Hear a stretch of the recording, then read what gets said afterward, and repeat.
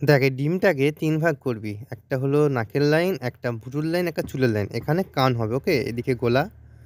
সেই মাপজোখটা করার পরেতে এই নাকের লাইন এখানে হলো, ভুরুর লাইনের নিচেতে একটা লাইন টানবি, সেটা হচ্ছে চোখের লাইন, ওকে?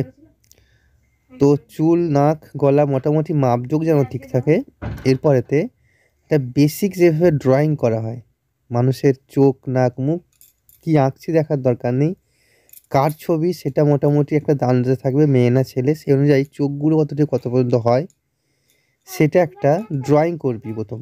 প্রথম ডিটেলস ধরার দরকার নেই, কোথায় ড্রয়িং হবে, কোথায় মুখ থাকে, কোথায় ঠোঁট, কোথায় ঠোঁটের লাইন, কোথায় নিচের লাইন হবে, কোথায় তোমার কান হয়, সেই জায়গার প্রথমেতে ড্রয়িংগুলো করে নিচ্ছিস। চুলগুলো কোন দিকে আছে সেটা একটু হালকা করে দেখে, প্রথমে ডিটেলস ধরার দরকার নেই।